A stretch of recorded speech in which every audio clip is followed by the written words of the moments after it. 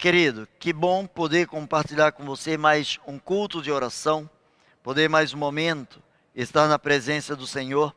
E eu quero compartilhar com você João, capítulo 1, versículo de número 14.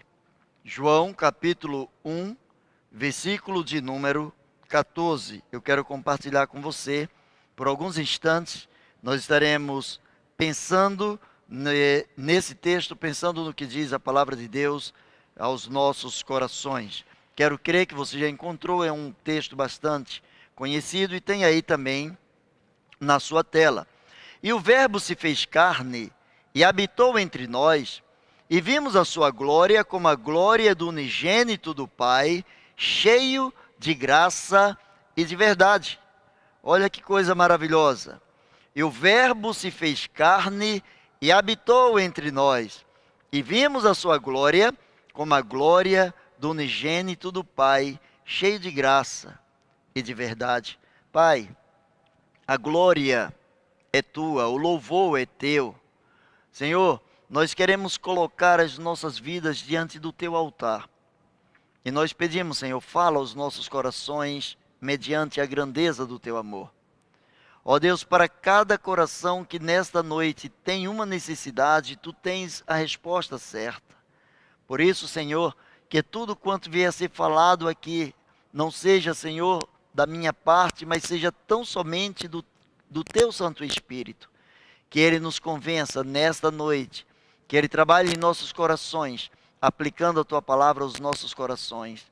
Pois assim oramos, em nome de Jesus. Amém e amém. Eu quero pensar com você sobre o verbo mais importante. Qual é o verbo mais importante para você? Eu tenho certeza que se perguntar a muitos dos adolescentes, qual é o verbo mais importante na sua vida? Ele vai dizer dormir.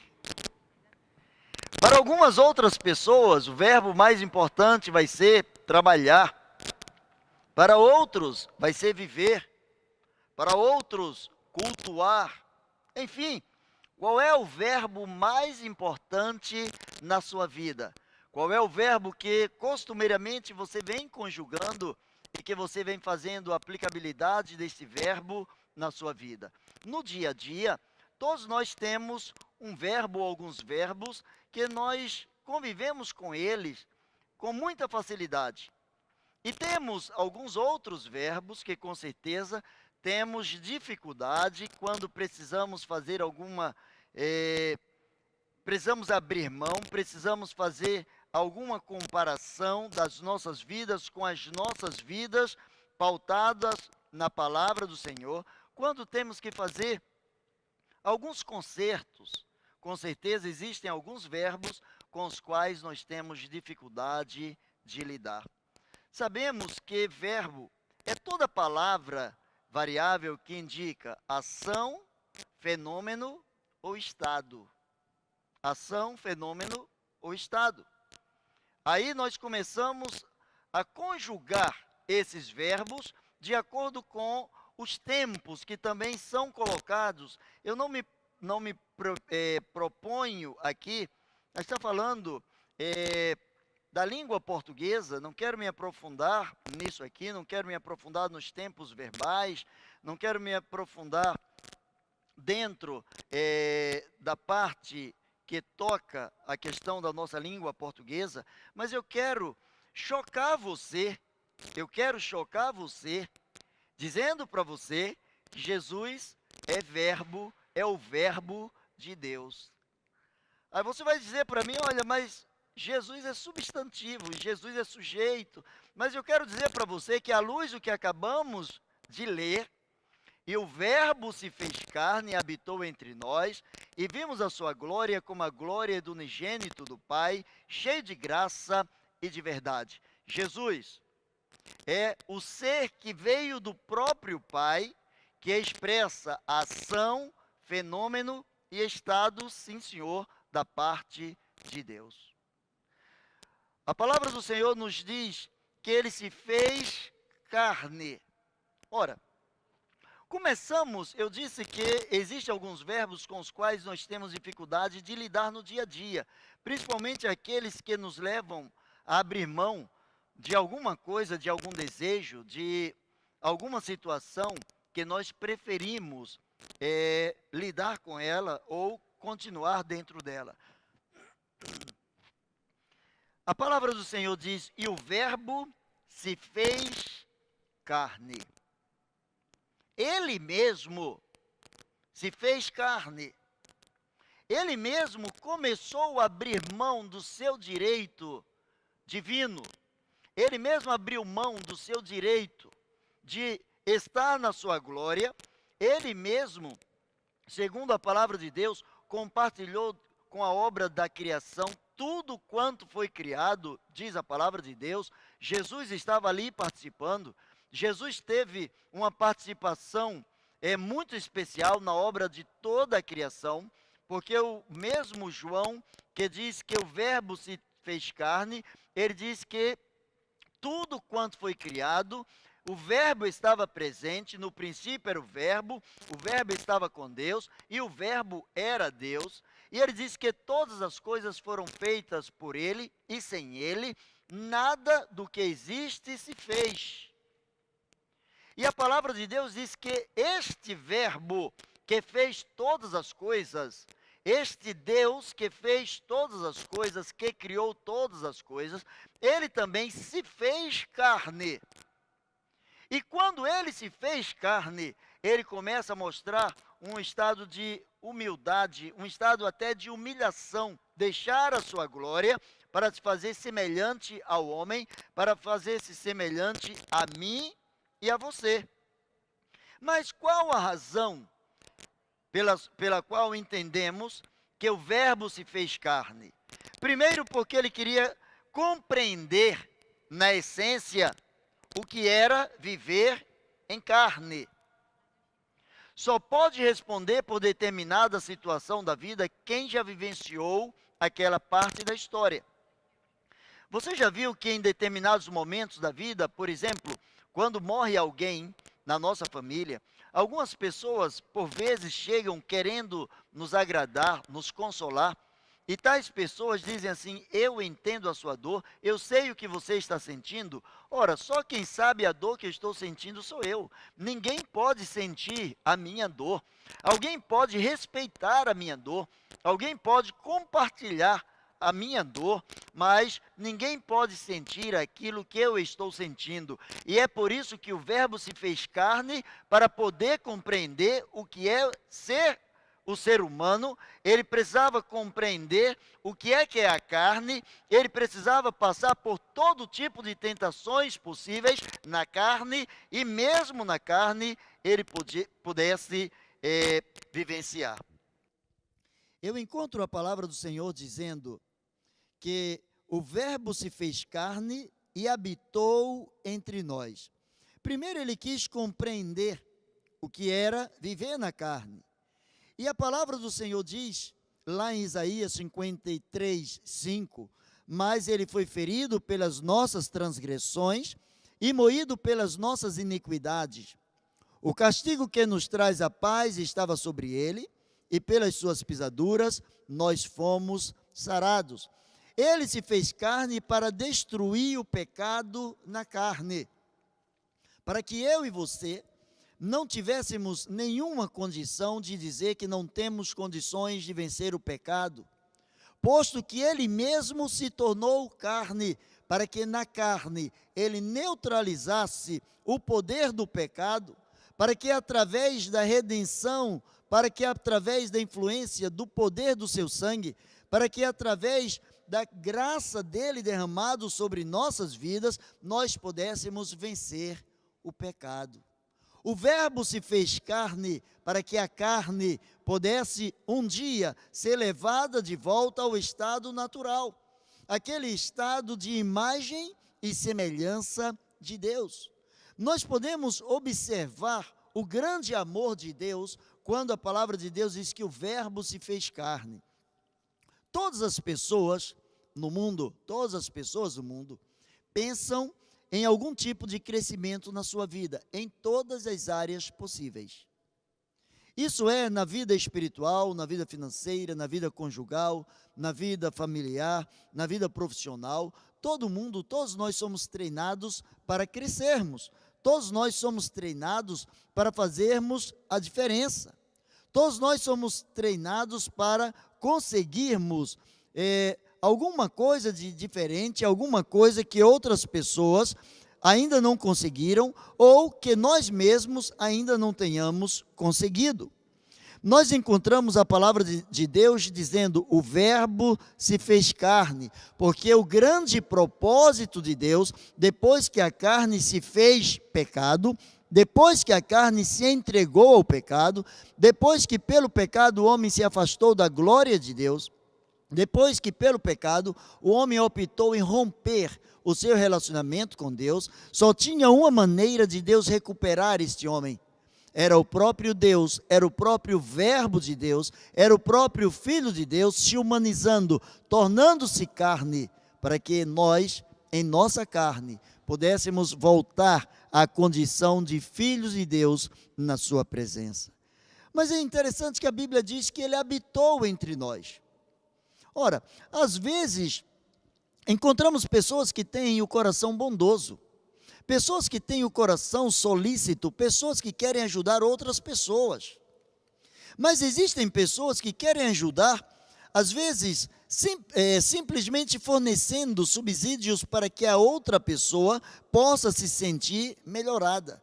Às vezes encontramos pessoas que estendem a mão, dando um prato de alimentação para alguém, dando um pouco de dinheiro, dando um tipo de roupa, dando alguma coisa que possa servir, alguma coisa que possa ajudar essa pessoa no seu crescimento, no seu fortalecimento.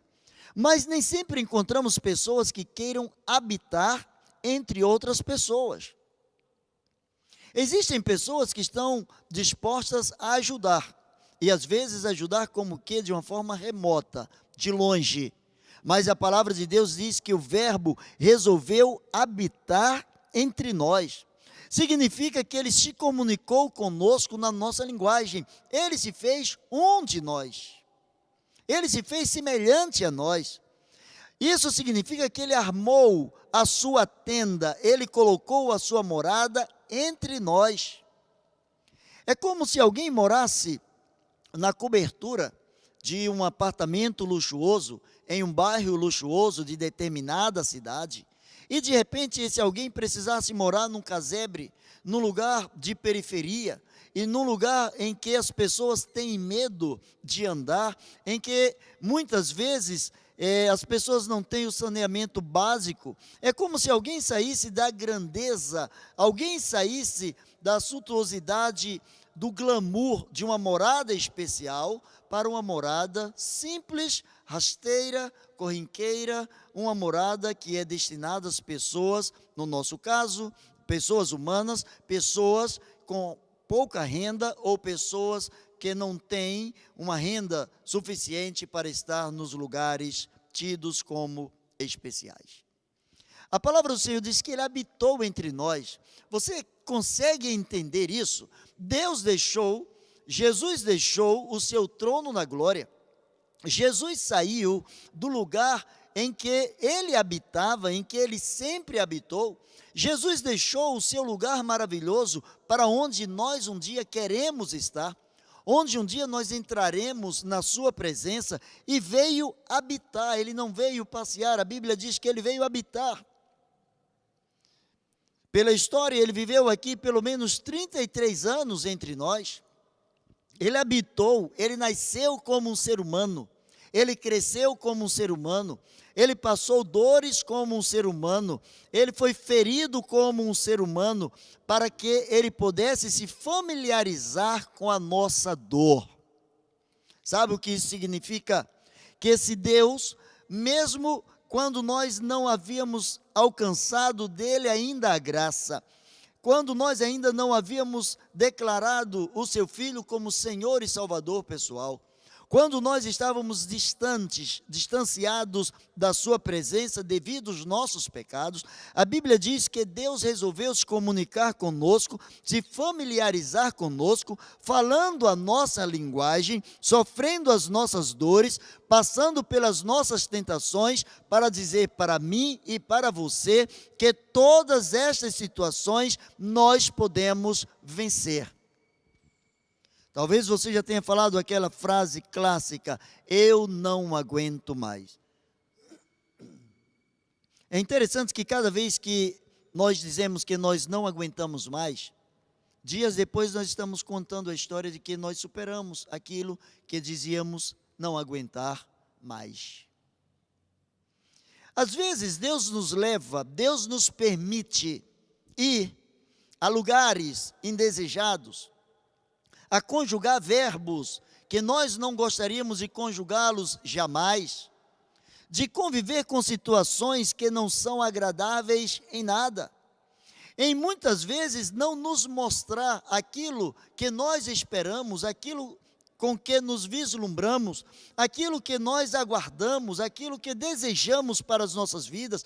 Por vezes parece que o céu cerca-se de nuvens escuras, parece que o sol não brilha, parece que nós não temos nenhum tipo de perspectiva e parece que o próprio Deus já não nos escuta em nossas orações.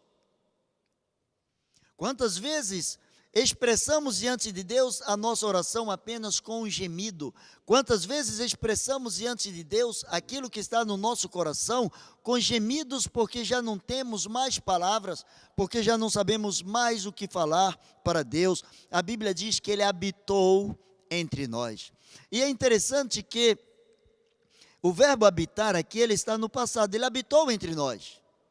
Porém, a palavra de Deus diz que o Espírito de Deus habita em nós. Quando Deus resolveu habitar entre nós, Deus resolveu não apenas dar um passeio na terra. Jesus resolveu não apenas vir aqui mudar uma circunstância qualquer, mas Jesus veio aqui para ser o Senhor da minha vida, da sua vida, o Senhor da nossa história. Ele veio aqui para habitar entre nós, para que nós pudéssemos nos sentir também partes especiais do seu reino, para que nós pudéssemos descobrir que a sua graça, a sua misericórdia nos cerca de tanto carinho, para que nós pudéssemos descobrir que nós temos valor para Deus. Talvez você esteja passando por um momento em que ninguém está te valorizando. Parece que você não tem valor. Parece que ninguém para na rua para te dar atenção. Parece que as pessoas já não te escutam. Parece que as pessoas não estão dando a mínima para o que você está vivendo ou deixando de viver. Mas eu quero dizer a você que quando o verbo de Deus resolveu habitar entre nós, Ele veio para que, assim como Ele fez a sua habitação entre nós, Ele pudesse também fazer habitação em nossas vidas. Ele veio não simplesmente para morar aqui no mundo, mas Ele veio para morar dentro daqueles que estavam no mundo. Na sua oração sacerdotal, Jesus diz ao Pai: Pai, eu rogo por aqueles que me deste do mundo. Eles não são do mundo. Ora, porque eles já não eram mais do mundo, porque neles Jesus já habitava, Jesus já era o Senhor das suas vidas, Jesus já havia colocado sobre eles o poder da vitória, Jesus já havia cadastrado seus nomes no livro da vida, a partir do momento que eles decidiram se tornar servos, filhos, discípulos do Senhor, pessoas que estavam familiarizadas com a linguagem de Deus. O verbo se tornou carne, se fez carne e habitou entre nós. Mas você sabe o que é melhor disso tudo? O melhor de tudo é que a Bíblia diz que nós vimos a sua glória. João diz: nós vimos a sua glória. O mesmo João, escrevendo neste mesmo capítulo, versículo 12, ele diz: veio para o que era seu, mas os seus não receberam. Mas a todo aquele que o recebeu, deu-lhes o poder de serem feitos filhos de Deus aos que creem no seu nome. A partir do momento que você crê em Jesus como Filho de Deus, como Senhor e Salvador da sua vida, a partir do momento que você entrega o comando da sua vida nas mãos do Senhor, a partir desse momento, o Espírito Santo, ele vem habitar na sua vida, ele vem fazer morada dentro de você, ele vem habitar em você. Quando João fala sobre Jesus, vimos a sua glória, porque Jesus começou a mostrar que mesmo em carne, nós podemos ser usados por Deus. Vejamos bem, não na carne. Quem está na carne não pode agradar a Deus. Mas mesmo em carne, mesmo vivendo esta vida humana limitada, cheias de defeitos, cheias de complexos, cheia de problemas, mesmo nessa instância nós podemos servir a Deus. A Bíblia diz que os que estão na carne, ou os que se inclinam para a carne, estar na carne tem a conotação de os que têm prazer nas obras da carne, aqueles que se aprofundam naquilo que satisfaz simplesmente a carne, não podem agradar a Deus. Mas a palavra do Senhor mostra que vimos a sua glória. Por quê? Porque em Colossenses capítulo 2, versículo 9, a gente encontra a palavra de Deus dizendo: porque nele, em Jesus, habita corporalmente toda a plenitude da divindade. Nós vimos a sua glória porque em Jesus habitava corporalmente, no corpo de Jesus, habitava a plenitude da divindade. Plenitude é a exatidão máxima da divindade. Jesus não era um Deus, Jesus não era parte de um Deus, Jesus é o próprio Deus, era o próprio Deus, será o próprio Deus. A Bíblia diz, João fala, quando ele diz, nós vimos a sua glória, e ele diz que essa glória foi de uma forma ímpar. Nenhuma outra pessoa no universo, nenhum outro ser, nem anjos, nem homens, nenhum ser poderia demonstrar a glória, nenhum anjo, nenhum ser poderia mostrar a plenitude da divindade. E é por isso que ele diz que foi de uma forma ímpar, de uma forma única, e aí João o designa como o unigênito de Deus. Nós vimos a sua glória, glória do unigênito de Deus. Aí João já não fala como primogênito de Deus, mas unigênito de Deus. Primogênito é o primeiro filho. Nós somos por adoção, nós somos filhos de Deus, e nesse sentido Jesus é o primogênito. Mas a Bíblia diz, através de João, que quando ele revelou a sua glória, ele é unigênito, é o único filho que revela a glória de Deus em sua plenitude. É o único filho que pode mostrar a divindade de Deus, que pode mostrar o amor de Deus, que pode conjugar os verbos que nos levam a sair de determinadas situações a um estágio diferente de vida, através da sua influência, através da sua graça, através do seu amor. Em Jesus, João começa a mostrar que em Jesus se expressa a ação do amor de Deus. A palavra de Deus diz em João 3,16, porque Deus amou, e amar é verbo. Deus amou o mundo, Jesus expressa a ação do amor de Deus. Jesus expressa o fenômeno da salvação, para que todo aquele que nele crê não pereça, mas tenha a vida eterna. Qual é o fenômeno? Que nós estávamos nas trevas, estávamos perdidos em nossos pecados, e Ele nos resgatou do reino das trevas para o seu reino maravilhoso de luz. Ele nos tirou das trevas para a luz.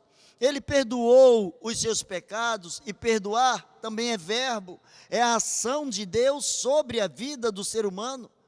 Certa vez uma mulher chegou, ou ela foi levada a Jesus, chegaram com ela diante do Senhor Jesus, porque aquela mulher havia sido pega em flagrante adultério. E depois que Jesus disse para aqueles homens que quem não tivesse pecado fosse o primeiro a atirar a primeira pedra, que pudesse conjugar o verbo, pudesse exercer o verbo de atirar a pedra contra aquela mulher. Depois que todos saíram, Jesus perguntou àquela mulher: onde estão os teus acusadores? E aquela mulher disse para Jesus: ninguém me condenou. E Jesus olha para aquela mulher e diz: eu também não te condeno. Vai em paz e não peques mais. Jesus tirou aquela mulher de uma situação. Jesus criou um fenômeno especial, o fenômeno da salvação, e somente nele há salvação, somente em Cristo há salvação, porque também debaixo dos céus nenhum outro nome há dado entre os homens pelo qual devamos ser salvos, diz a palavra do Senhor. É por isso que ele é o unigênito, ele é o único filho que provoca o fenômeno da salvação. Eu comecei dizendo que verbo é a palavra variável que expressa ação, fenômeno e estado. Jesus, ele expressa a ação do amor de Deus, ele traz o fenômeno da salvação diante do estado de miserabilidade do pecador. Só Jesus com o seu amor, só Jesus com o seu sangue, só Jesus pela sua graça pode perdoar os pecados. A palavra do Senhor diz que se confessarmos os nossos pecados, ele é fiel e justo para nos perdoar os pecados e nos purificar de toda a injustiça. Ora, nós encontramos a palavra de Deus dizendo: o verbo se fez carne e habitou entre nós. Se ele habitou entre nós e se ele habita entre nós, Deus não está distante. Às vezes algumas pessoas têm a ideia de um Deus carrasco, de um Deus distante, que está a milhões de anos-luzes da terra, um Deus que não pode ouvir, ou um Deus carrasco que trabalha com as pessoas no sistema de méritos, no sistema de honra ao mérito, de retribuir o nosso favor, quando a palavra do Senhor mostra que o verbo se fez carne, e isso é graça da parte de Deus. A iniciativa não foi do homem, o homem não pediu a Deus que mandasse o verbo da vida. A Bíblia diz que o próprio Deus enviou o verbo da vida. E o verbo se fez carne, a iniciativa de mandar o verbo foi do próprio Deus, do próprio Senhor. E o verbo habitou entre nós e vimos a sua glória, como a glória do unigênito do Pai. Mas eu quero terminar aqui. Eu quero levar você agora a pensar na sua vida. Você tem visto a glória de Deus? Há pessoas que constantemente não conseguem exibir a alegria de verem a glória de Deus. Estão constantemente para baixo, cabisbaixas. Qualquer problema derruba essas pessoas. Qualquer insatisfação tira essas pessoas do ponto de equilíbrio. No mundo tereis aflições, quem falou isso foi o verbo da vida. Mas o mesmo verbo que disse: no mundo tereis aflições, ele disse: vocês contudo precisam ter bom ânimo. Vocês precisam ter bom ânimo. Tenham bom ânimo, porque eu venci a vida. O verbo se fez carne para trazer vitória através do poder do seu sangue. O verbo se fez carne para que nós fôssemos indesculpáveis diante de Deus, caso não quiséssemos aceitar a sua graça e o seu favor. A salvação é um presente, é de graça. A salvação teve um preço para Jesus. O verbo, a palavra do Senhor diz que ele foi ferido pelas nossas transgressões, moído pelas nossas iniquidades. O castigo que nos traz a paz estava sobre ele, pelas suas feridas, pelas suas pisaduras, pelos seus machucados, nós fomos sarados. Se nós fomos sarados, eu comecei a perguntar a você no início qual é o verbo mais importante para você. Talvez para algumas pessoas o verbo mais importante seja reclamar, murmurar. Mas talvez para algumas pessoas, e quero crer que para você, um dos verbos mais importantes seja agradecer. Agradece que a graça desce. Agradece que Deus valoriza o coração que é grato. O verbo se fez carne, ele saiu do céu, ele veio para aqui, habitou entre nós, habita no seu coração. Ele não está distante de você, mas ele quer que você conjugue esse verbo da melhor maneira possível. Ele quer que você viva os efeitos desse verbo. Ele quer que você sinta a paz que somente esse verbo tem para dar. Jesus é o verbo de Deus. Jesus é o verbo mais importante que Deus poderia trazer, a pessoa mais importante que Deus poderia trazer às nossas vidas. Aquele que tem condições de mudar as nossas vidas, aquele que muda a nossa percepção, aquele que nos traz alegria em meio às tristezas, aquele que não nos poupa das tristezas, mas em meio a tais tristezas revela o seu poder. Esse é o verbo de Deus, e eu quero orar por você. Eu quero pedir a Deus em favor da sua vida. Você sabe que o verbo habitou entre nós, mas por vezes, quem sabe você procura esse verbo e você não encontra, porque às vezes você está procurando esse verbo dentro do templo, está procurando esse verbo em outras pessoas, está procurando esse verbo na religião, está procurando esse verbo em situações diferenciadas da vida, está procurando esse verbo através da prosperidade financeira. A Bíblia diz que o verbo habitou. Se você quer encontrar esse verbo, só existe um lugar que é a habitação de Deus, e que não são templos feitos pelas mãos humanas, mas é o coração que se quebranta na presença do Senhor. Deixa eu orar por você. Deixa eu pedir ao Senhor pela sua vida. Coloque diante do Senhor a sua vida. Peça ao Senhor para mudar o seu jeito de conjugar os verbos. Comece a conjugar o verbo agradecer. Te agradeço, Senhor. Te agradeço, Senhor. Comece a conjugar o verbo reconhecer. Eu reconheço, Senhor, que tudo vem de Ti, por Ti e para Ti.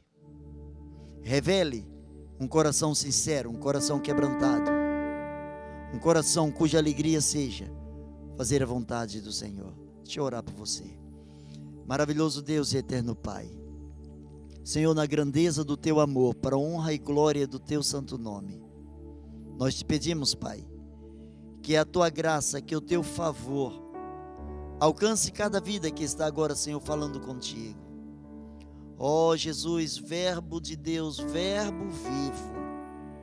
Jesus, Tu que mudas a história, Tu que fazes transformações no coração humano, em Teu nome, para a glória do Teu nome, pelo poder do Espírito Santo, aquele que Tu nos deixaste como o nosso Consolador. Pai, em nome de Jesus, que essas vidas que agora estão falando contigo, sejam vidas alcançadas por Ti, sejam vidas, Senhor, que aprendam a conjugar outros verbos na Tua presença, que eles se encontrem, Senhor, cada vez mais com o verbo vivo, o verbo de Deus, com Jesus, a palavra viva. E nós pedimos que na autoridade deste nome, todos os joelhos estejam quebrantados, dobrados. E na autoridade desse nome, nós repreendemos todas as hostes infernais. Repreendemos, ó Deus, as castas malignas. Repreendemos, ó Deus, todo o principado. Nós repreendemos, ó Deus, todos os demônios. Repreendemos, ó Deus, tudo que tem lutado contra a vida, Senhor, nas famílias, que tem lutado, Senhor, contra a vida financeira, que tem lutado contra a vida espiritual, que tem lutado para que nós não nos acheguemos ao verbo da vida, que caiam por terra agora, Senhor, tudo que se levanta contra Ti, tudo que se levanta contra a Tua palavra. Manifesta a Tua graça e o Teu favor, pois assim oramos, em nome de Jesus. Amém e amém. Meus irmãos, aqui é o Gui, da CIB de Caxias. Então nós estamos muito felizes com a sua presença mais uma vez e gostaríamos de pedir que você se inscreva no nosso canal, curta, compartilhe, porque assim estaremos evangelizando e propagando a palavra de Deus para mais e mais pessoas. Que Deus te abençoe.